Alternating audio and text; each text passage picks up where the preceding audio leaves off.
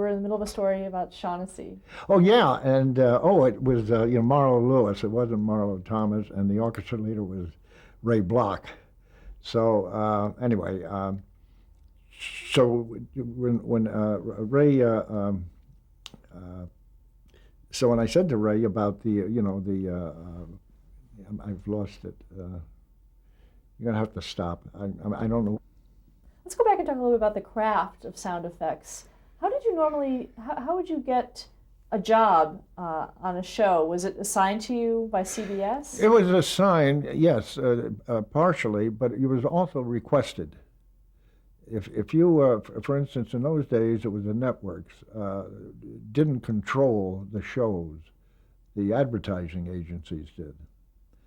So, like I told you about Philip Morris, they had in radio they had complete control, and it was the same way with early television.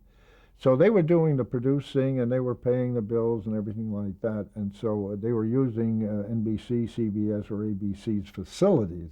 Period.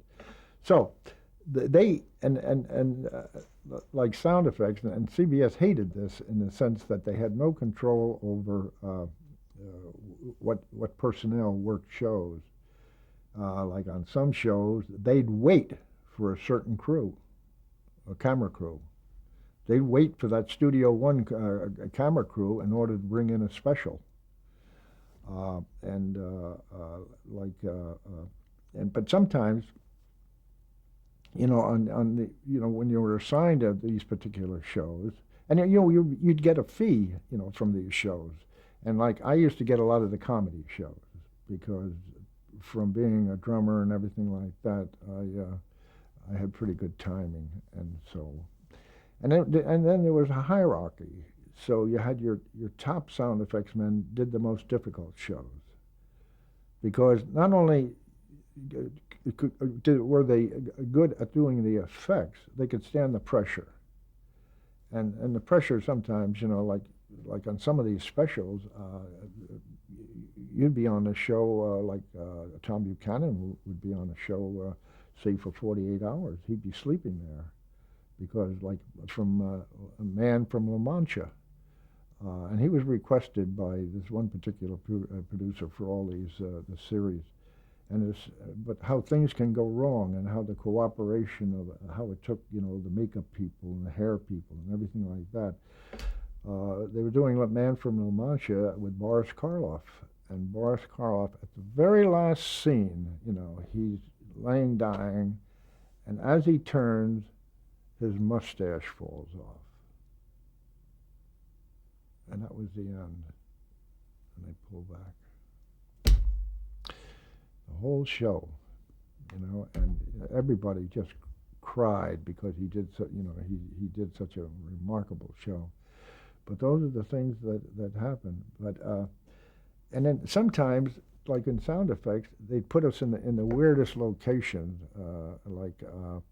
on this one that was at Carnegie Hall, and Leonard Bernstein was doing this big concert, and there was one sound effect in the part of the music where a single engine plane flies overhead. So the music cuts out. You hear the, and then the music begins again. So Orville White was assigned to the show, but as he got there, it was a remote crew, and they have to set up in these wagons, like an RV, and they're outside. And so he went in trying to find a location to put his turntable and to make a communication with the control room and his audio line. So they say, we can't be bothered now. You can't be bothered now. Yeah, any place. Go do it. And so he's struggling to go, and he goes upstairs. He goes around. He finds an AC outlet, and he goes this, and he's trying to rig the. In the meantime, Leonard Bernstein is rehearsing.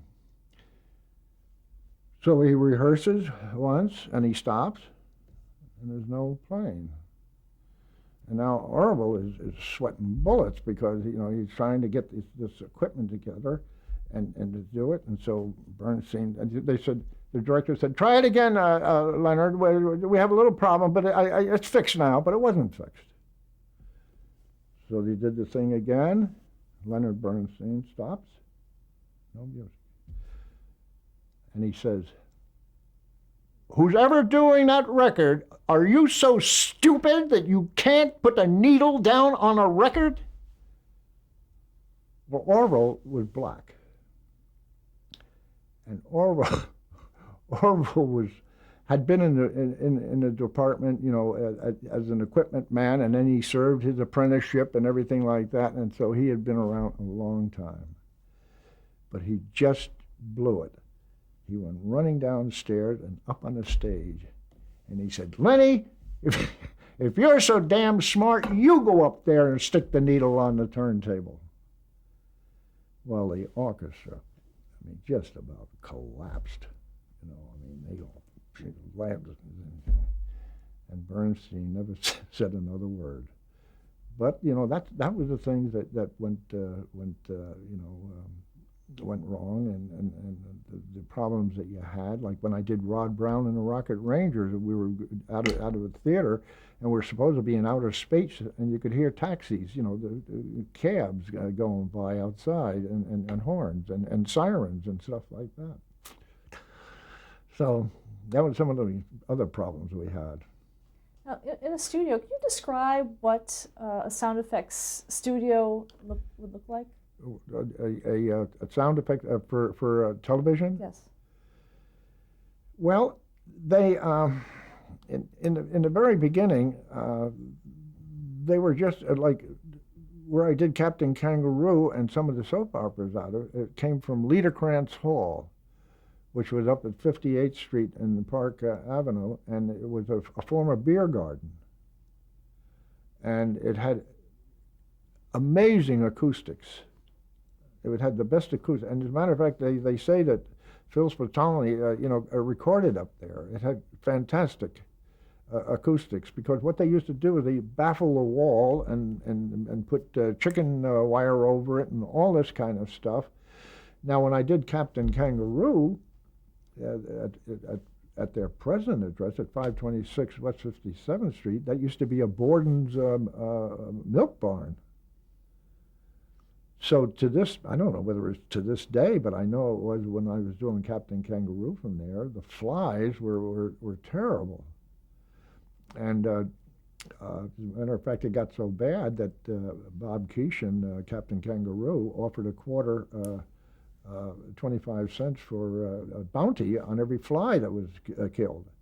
And so this one cameraman came back with a whole bottle full of flies, and he found out that he had been going down to the diner down below and bringing in a bunch of spurious flies. But how clever Bob Keeshan was is that just when we start to do a commercial, like a Twinkie commercial, a fly would buzz in and land on the Twinkie, and it would be stop tape. And Bob hated that. Bob didn't like to stop tape for anything. And so when this would happen a couple of times, Bob would really get annoyed, and it would upset him, and he'd leave the studio until they could correct it. Well, they couldn't correct it. And as a matter of fact, they sprayed it down with all kinds of things, and it still didn't stop the fly. And so one day, we're doing a Twinkie commercial, and I had just done a side a puppet number, and it involved a buzzy bee. So I had this. So we're coming in for the fly commercial. I mean, for the Twinkie commercial, and I see this fly buzzing around because I could see it where I was because I was out in the open, just off camera. So I got this thing, and I waited, and I watched the monitor, and when the fly went in, I went, and Bob picked it up like that. He said, Raymond, we don't have time to play now. Go on, Raymond, go on. You go on your way. Go on. And we kept right on doing the commercial. And from then on, Raymond the Fly was part of the show. Now, whenever whenever Lumpy Branham, who was a bass player with Fred Waring's orchestra, he was a hip musician. Excuse me. Whenever Bob or and Lumpy were doing something that I felt was dying, that wasn't going anyplace, I'd go. I'd bring in Raymond the Fly, and and Bob would say, that's enough, Raymond. We're finished with that. So that's how different things evolved, and that's why it was why Bob Keeshan, Captain Kangaroo, was such a fantastic performer, and he never ever played down to his audience, never. As a matter of fact, one time he didn't have his wig on, and some page made a mistake of bringing a tour into the studio, and there was a lot of children in them, and Bob saw them, and he dove under the treasure house desk, and so he wouldn't be seen without his wig on. No, he was very he was a little different with me. I mean, he was, as far as, we used to play games, he'd be in the treasure house, and he said, I think I'll take a walk out in the garden. That meant he wanted to hear different sounds. So I'd get the records that I thought he might be here. I'd put a bird on. So Bobby get out there. Maybe I had records on the thing from the segment before. But I'd start playing the bird. He said, well, the birds are here, all right. He said, I wonder where Mrs. Magoo's cow is. Yes, there's the cow. Yes, the cow. What about the horse? I haven't heard. I wonder if you know. And then, yes, there it is. The train is, and then he'd take out his watch, and I have the ticking for that. So he, well, at least the watch is working, and then he put it away. But not, he just very nice, and then he said, but I wonder where that train is. The train. So then I'd put the 410. That was the number of the train, and it had a distant train whistle. So I played that. He said, yes. He said, there's the old 410. He said, it's a little late and a little scratchy. That almost killed me. But of course, the audience at home didn't know what that meant, but you could hear the scratchiness of the record. But that's the way it was. That's the games we played. And one time, we had a cameraman on the show that had never done the show before, and he had been a former wrestler and football player, Clark Casey. Anyway, he was on, and so what Bob used to do, Captain Kangaroo, what used to do would say, well, now I'm going to tell you the story of Snow White and the 8 dwarfs. Is that right? And the director said, shake your camera, shake it, say no. No, he said, say no. What the heck is that? He said, no, I'm going to, and I was wrong. He said, I'm going to do Snow White and the 2 dwarfs. Shake the camera, say no. He didn't say shake the camera, excuse me. Say no. So he did this the 3rd time, he did it the 4th time. And finally he said, well, I'm going to do Snow White and the 12 dwarfs. Say no! Casey went, no, damn it! You're not! And that was, stop the tape. And the director said, yelled at him, and Casey went into the control room and chased him out of the control room, was going to beat him up and everything like that. And so that ended it. But the other thing is, when Bob had a signal when he was going to get up, he had a boom over his head, and that was his source of audio. So before he'd get up, he'd always slap his knees, and then he'd stand. So we had a replacement on the boom, and he didn't know what that was. So when Bob slapped his knees and stood up, he hit the boom. And the director over the talkback said, stop tape, stop tape. And so Bob said, no, we can go on, we can go on. He said, no, we can't. And he said, well, why not? You know, I'll just say it was a noise someplace or something. No. He said, your wig is hanging, your wig is hanging on the boom. So we stopped tape there, too. You talked about, you had all these records of sounds. How was it all organized? How many did you have, say, on the Captain Kangaroo show? We had about 1,100. We had about 1,100, and each one of them had maybe 4 different cuts on them. May I? Actually, we'll do that afterwards. Okay. And some of them had 4 cuts on them, and some of them were totally different. Like I told you about the marching feet and the machine gun. Like I have a record there that's got 2 automobile sounds and a collie dog barking on a 3rd cut. Now, when you're the sound for a clap of thunder was 5 1/4 turns in. 5 1/4.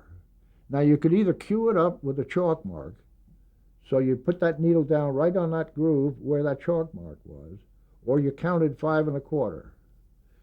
Now, if you had time, the safest way was the 5 1/4. But if you couldn't, you had to put it down there. Now you had to have how good was the torque of your turntable? How fast could that get up to speed? If that was slow, you get a whoa, a wow. So now, if you put it down on the spot, the needle on the spot, you had a fingernail the record. Lift it off the platter. Now the platter would get up to speed. Then you drop it, but you had to drop it in such a way that you didn't disturb where that needle was. And they were stainless steel, or sometimes during the war they were bamboo slivers. And they would really dig into the record, and so you'd play a record only a number of times before they got scratchy. But that's what can you imagine doing a busy show, and then you got your fingernail under the record, and then you go from there, you go. So it was very stressful, to say the least, because it was also vacuum tubes. Your speakers and your turntables were all generated by vacuum tubes.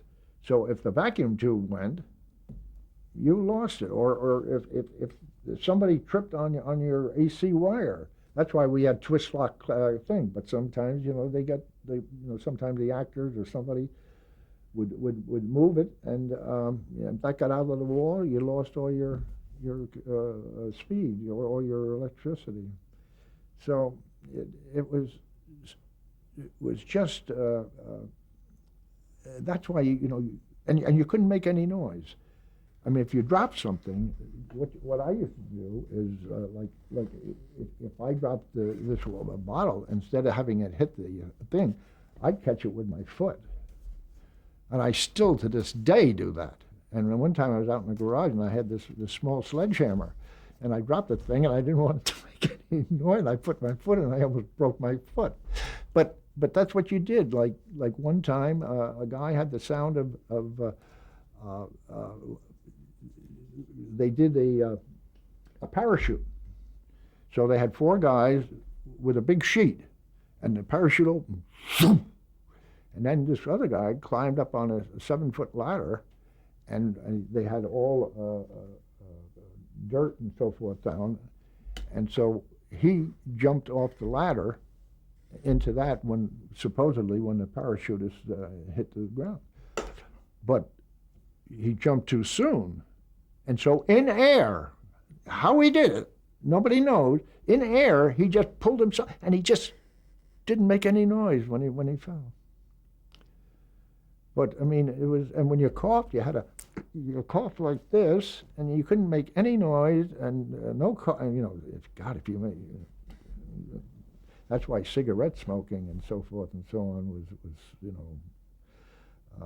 you weren't, of course, allowed to do any of that stuff, and because one cough would disturb the whole atmosphere of a story. Now, how did you keep track of what sounds were on what records? How did that work? They, from memory. That's what took so long to become a sound effects artist. You knew exactly, like when, if you said anything to me now, I know but NBC's records were different, numbers were different than ABC's and WOR. They were all, the numbers were different, but the records were the same. So some like the nature records at CBS were in the fives. 507 was rain, 504 was thunder, and so forth.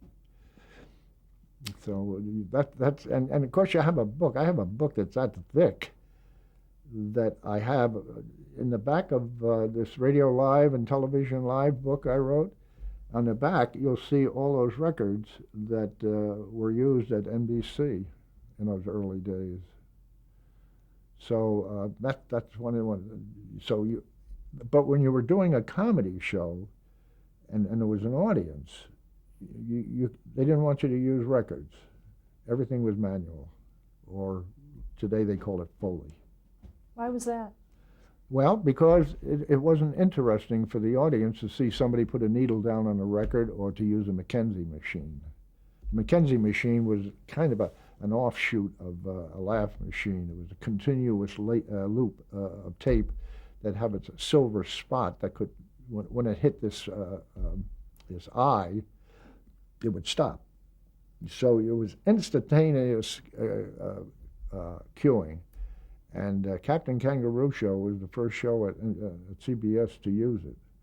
And we were so dead against going to this because we knew it would be the end of the 2, 3, and 4 men shows. CBS used to charge $80 an extra a day to use that machine. But Keeshan insisted that I get that Mackenzie at Disneyland. Okay, we're back on. You're talking about the Mackenzie machine? Yeah, Mackenzie actually was, John Mackenzie is the one that invented it. First application was for Disneyland, like, you are now entering Tomorrowland. Please watch the door, and thank you, and so forth. And then it would cue itself. So he got the idea that this might have some application in broadcasting. So he brought it to CBS, and so CBS approved of it, and it was 5 channels. In other words, we had 5 different loops of tape that we could cue up. And so on a Flip Wilson show and on Days of Our Lives, I used to use 30 of them. So I had 3 stacks of 5 each. So I had 10, 10, and 10, 30. And so anyway, this gave us instantaneous, and we knew what would happen is because, for me it was fine because I never had an assistant on Captain Kangaroo. And first of all, because they didn't understand the show, and second of all, they didn't like the way Bob and I played together, and so forth and so on. Like one time, Bob, for some reason or other, in the script, I read the script, it called for various sound effect manual effects, props. But he never said anything to me. He never said, could you bring me some doorbells, some of your things that you used, your coconuts or something. He never said a word. So he went out that morning and he said, well, boys and girls, this morning, he said, I was supposed to do we were going to do a demonstration of sound effects in radio. Now, you may not remember radio, because radio was long time ago. And anyway, so, but in the treasure house, everything we do is real, like this boat whistle. Now, when I pull this line, now he knows that I have to get ready for that boat whistle. So when I pull that line, he said, you're going to hear a boat whistle. So he pulls it, and he doesn't hear anything. Lets it go. Now he's thinking, what am I thinking? and I'm thinking, what is he thinking? So he said, well, maybe we didn't have a correct correction. I'll pull it again. Nope, there's something wrong. Something is not paying attention. And he stomped on the floor. He said, Mr. Green Jeans, we need more fire. We need more fire for the boat whistle. And Lumpy's in the back of the set having a cigarette. He goes, yeah, Captain, I'll take care of that. Now the control room is going crazy. In one ear, on these headsets, you hear the program. In the other ear, you hear the director. Blow the boat whistle! Blow it, damn it! Blow it! Oh, damn. So he goes the third time, and he said, I just don't know what's wrong, but we're going to fix it. You can bet your life on that. And we went to a commercial. Now you would think he would come running over and say, what are you doing to me? What are you doing? Not a word. The producer ran out, and he says, Good, give it to him. And he runs back into the control room. Now everybody, it's like a Clint Eastwood movie, you know, it's in the street. You know, there's two gunmen are coming down toward one another, and who's going to win? So I'm thinking, so now, what Bob doesn't know is I had an air tank brought in for just this occasion, for this boat whistle. So all I had to do is just press this lever, and that boat whistle would go on for as long as that tank had air. So now he gets back. He said, well, we have it all fixed, boys and girls. He said, now you're going to hear the boat whistle. I told you so. Now he thinks I'm blowing it manually, and he holds it down. Now he's getting suspicious. Nobody can have that, you know, that much breath. And he keeps holding it down. And he can't figure it out. And so finally, you know, he kicks the floor, and I cut it. So that was my cue to get out of it. I didn't want to, you know. So now he said, and now he's totally perplexed. He said, but anyway, boys and girls, he said, now, this is when the treasure house was supposed to be a ship. He said, tomorrow we'll have this, and we'll have everything in here fixed. You can bet your life on that. And as he goes out, he closes the door, and I hit the boat whistle again. And that's the way we go out. And dun, dun, dun, dun, dun, dun, dun, dun, dun, dun, dun, and that's the way we went off the air. And he never said anything. He never come back and said, I'll get you, or anything else. It was just, he took off his tie, you know, walked right by. Think you're pretty funny, huh? and so this is why he didn't want to lose me, because I was the only one. The gentleman that replaced me was a better sound effects man than I was, but he wouldn't do any of that. Let's stop here to change the tape.